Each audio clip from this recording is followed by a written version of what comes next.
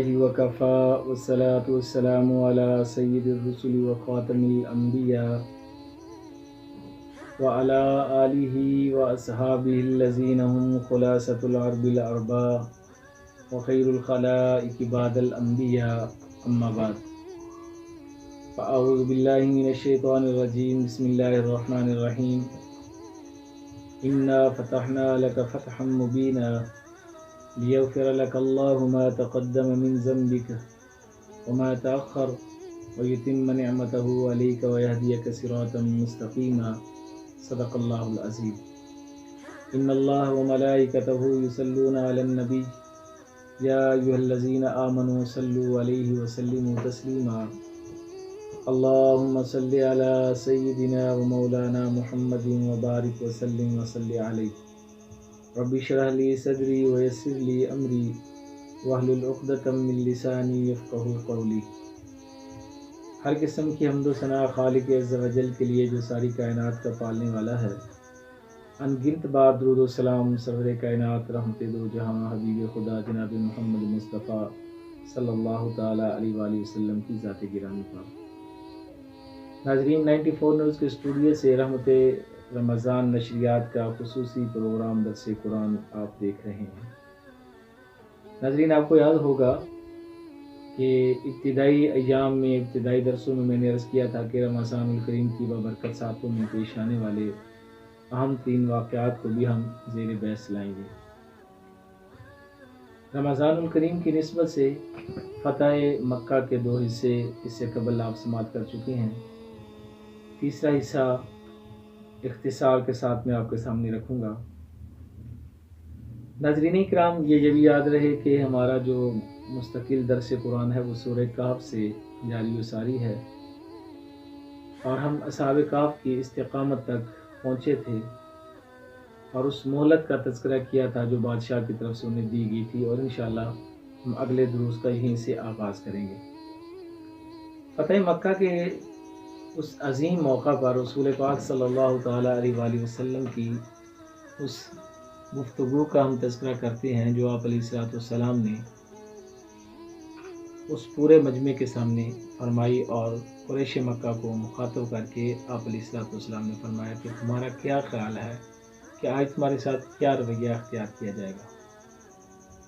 اس کے جواب میں قریش کا یہ کہنا تھا، کفار کا یہ کہنا تھا کہ آپ سے خیر کی توقع ہے، آپ اچھے بھائی ہیں اور آپ خیر والا ہی کام کرتے ہیں، لہٰذا خیر کی توقعات آپ سے رکھتے ہیں، آپ کرم والے بھائی ہیں اور کرم والے باپ کے بیٹے ہیں۔ آپ علیہ السلام نے کہا کہ ٹھیک ہے، جو میں نے تمہیں آزاد کیا، آج میں تمہیں اور کچھ نہیں کہتا، فقط اتنا ہی کہتا ہوں جو میرے بھائی یوسف نے اپنے بھائیوں سے کہا تھا۔ ناظرین کرام، یہاں جو بات سوچنے کی ہے وہ یہ ہے کہ نبی پاک صلی اللہ علیہ وسلم کا کردار کیا تھا، آپ علیہ السلام کا لوگوں کے ساتھ برتاؤ کیسا تھا۔ اس ایک فکرے میں نبی پاک صلی اللہ علیہ وسلم کی پوری زندگی کا راز موجود ہے۔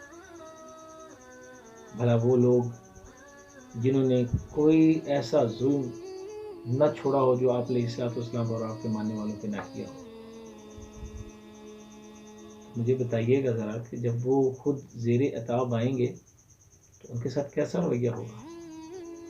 کیونکہ عام بندہ بھی سوچ سکتا ہے کہ جب ہم کسی کے ساتھ ظلم کرتے ہیں، زیادتی کرتے ہیں، پھر چلیں ایک دفعہ ہوگی، 2 دفعہ ہوگی، ایون یہاں تک کہ بندے کو مجبور کرتے ہیں کہ وہ اپنا علاقہ چھوڑ دے، اس کے ماننے والوں کو وہاں سے چھپ چھپا کے نکلنا پڑے، اور وہ وہاں چلے جائیں، کسی اور علاقے میں جا کے پناہ حاصل کریں، تو اس پناہ کو بھی توڑنے کے لیے وفد بھیجے جائیں اور مال و دولت خرچ کیا جائے۔ اور جب آپ علیہ السلام مدینہ پہنچے تو آپ علیہ السلام کو مدینہ میں کون سا سکھ کا چین کا سانس لینے دیا جب اتنا ظلم کیا تھا۔ اب یقینی بات ہے یہ تو اب عدلے کا بدلہ ہوگا، لیکن نہیں، آج فاتح بن کر وہ آیا ہے جسے بھیجنے والے نے کہا ما ارسلناک الا رحمتا للعالمین۔ آج فاتح بن کے کوئی دنیا کا بھوکا بادشاہ تھوڑی ہے، آج تو فاتح بن کر وہ آیا ہے جس نے اپنے غلاموں کو وہ عزت دی ہے کہ آج تک کوئی بادشاہ اپنے غلاموں کو وہ عزت نہیں دے سکا۔ آپ علیہ الصلوۃ والسلام اپنی زندگی کے، اسی لیے تو اللہ نے کہا تھا لقد کان لکم فی رسول اللہ اسوۃ حسنہ، میرے رسول کی زندگی میں تمہارے لیے بہترین نمونہ حیات ہے۔ کیونکہ زندگی کا ناظرین، زندگی کا کوئی لمحہ ایسا نہیں ہے جس کے بارے میں رسول پاک صلی اللہ علیہ وسلم نے ہماری رہنمائی نہ کی ہو۔ آپ محسن انسانیت ہے۔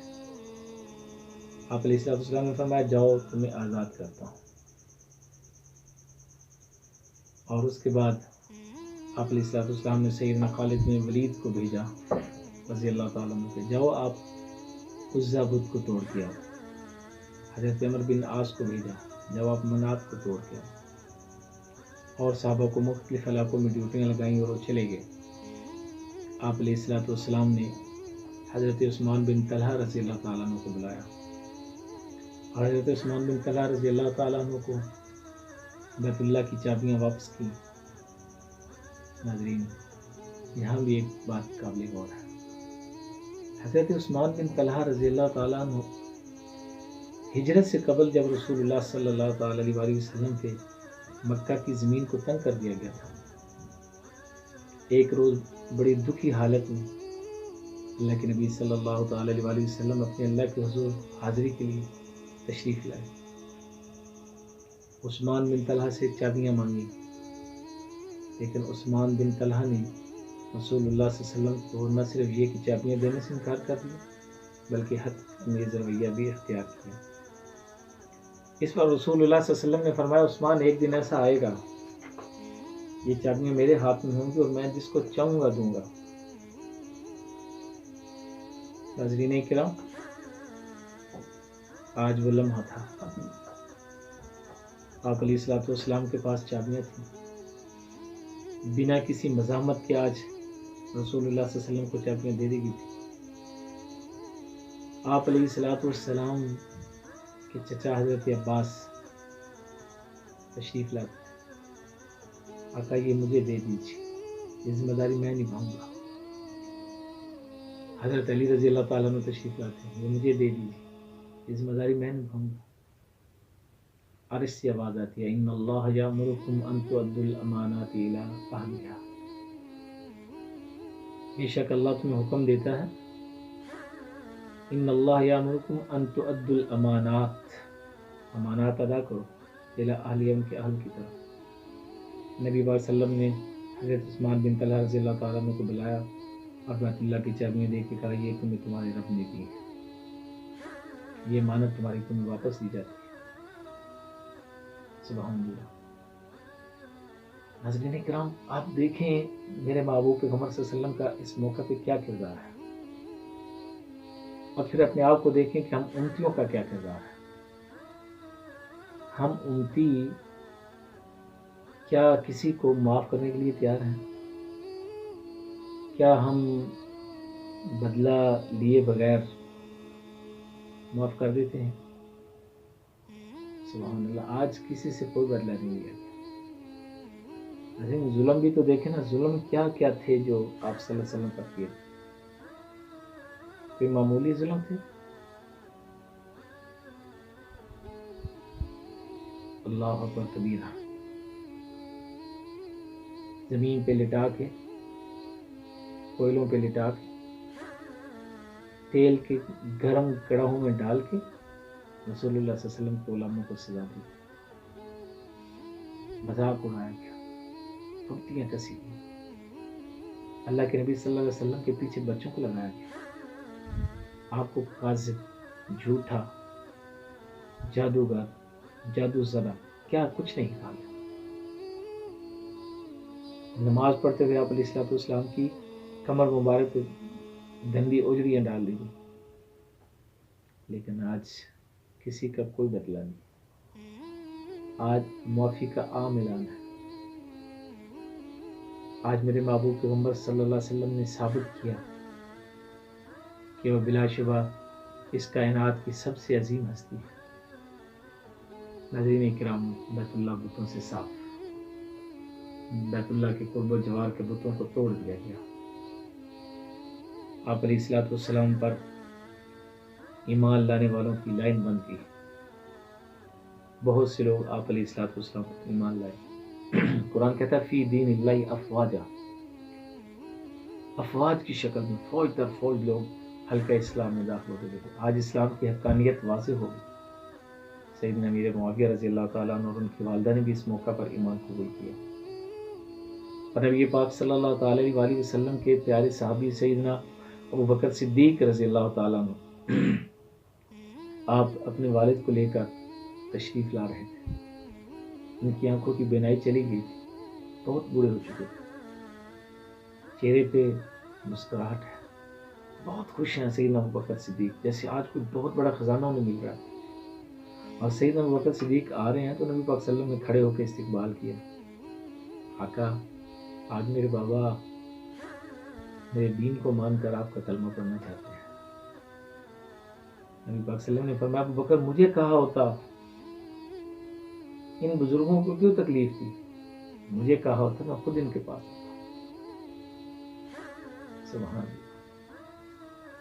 اندازہ لگائیے، یہ ابو بکر تھے جس کی ساری زندگی رسول اللہ صلی اللہ علیہ وسلم کے لیے قربانی میں گزری۔ یہ گھرانہ ہی بڑا عظیم ہے۔ ان کے لیے تو آپ صلی اللہ علیہ وسلم ان کے گھر جا سکتے تھے۔ آپ صلی اللہ علیہ وسلم تو ان کے گھر گئے جنہوں نے آپ پہ کوڑا گرایا ہے۔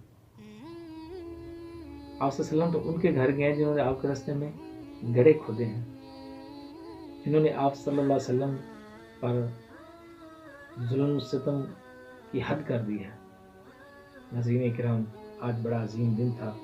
نبی پاک صلی اللہ علیہ وسلم نے وہاں پر ایک امیر مقرر کیا، مؤذن مقرر کیا، اور انصار صحابہ کے ان نوجوانوں کے دل کی ترجمانی کی جو دل ہی دل میں یہ سمجھنے لگے تھے، اور ان کی زبانوں پر بھی یہ بات آنے لگی تھی کہ شاید اب رسول اللہ ہمارے ساتھ نہیں جائیں گے۔ آپ صلی اللہ علیہ وسلم نے فرمایا نہیں، میرا جینا میرا مرنا انصار تمہارے ساتھ ہے۔ ان کی دل جوئی کی خاطر آپ علیہ الصلوۃ والسلام جو ہے وہ واپسی کی طرف رواں ہو گئے، اور یوں اسلام کا ایک عظیم باب جو ہے وہ روشن ہوا، اور اسلام کا ایک عظیم وہ دن جسے ہم فتح مکہ کے نام سے یاد کرتے ہیں، وہ اللہ کریم نے رمضان الکریم کی بابرکت ساتوں میں امت کو نصیب کیا۔ ناظرین کرام، قرآن ملتا ہے رمضان میں۔ قرآن کے آنے سے آقا علیہ الصلوۃ والسلام کو ختم نبوت کا تاج ملتا ہے رمضان میں، فتح مکہ ملتی ہے رمضان میں، اور غزوہ بدر اسلام اور کفر کا پہلا حق و باطل کا مارکا پیش آتا ہے، اور اس میں فتح ملتی ہے مسلمانوں کو تو رمضان میں۔ رمضان بڑا عظیم ہے، اس رمضان کی قدر کیجیے۔